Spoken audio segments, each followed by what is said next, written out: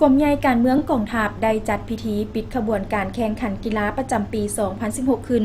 ในวันที่ 17 พฤศจิกายน 2016 นี้ โดยการเป็นเกียรติเข้าร่วมของทานพลจัตวาวันทองกองมณีคณะภาคกระทรวงรองหัวหน้ากรมใหญ่การเมืองกองทัพ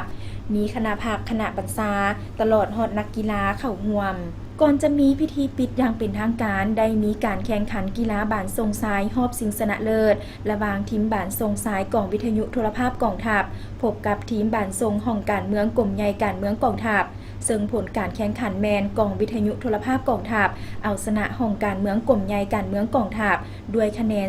2-0 เซกพันโทถาวรศรีหาราชรองหัวหน้าห้องการเมืองกรมใหญ่การเมืองกองทัพให้ฮู้ว่าการแข่งขันกีฬาประจำปี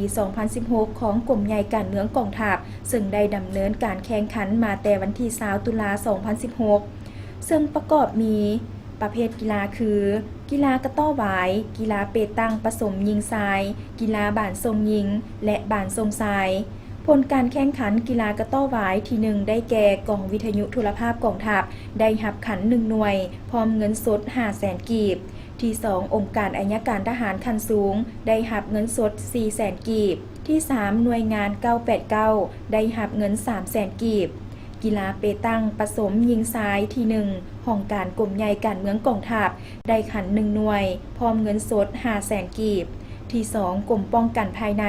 ได้รับเงิน 400,000 กีบ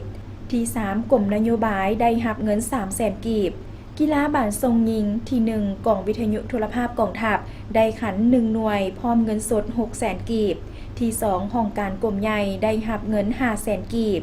ที่ 3 กองค160 ได้รับเงิน 400,000 กีบ